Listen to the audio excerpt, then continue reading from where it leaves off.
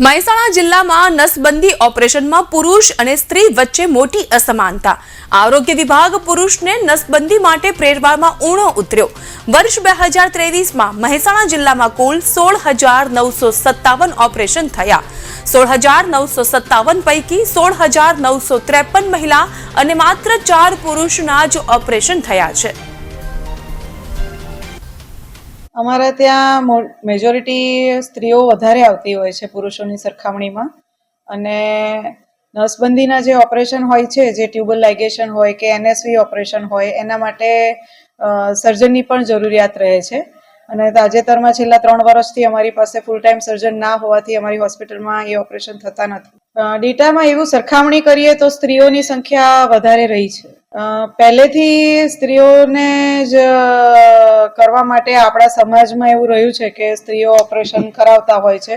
પુરુષોમાં જાગૃતતા ઓછી હોય છે અને કદાચ જાગૃતતા આવે, આઈસી થાય છતાં પણ ઘણી વખત એવું બની શકે કે વિલિંગનેસ ના હોય, સ્ત્રીઓ સરળતાથી તૈયાર થઈ જતી હોય, એવું હોઈ શકે.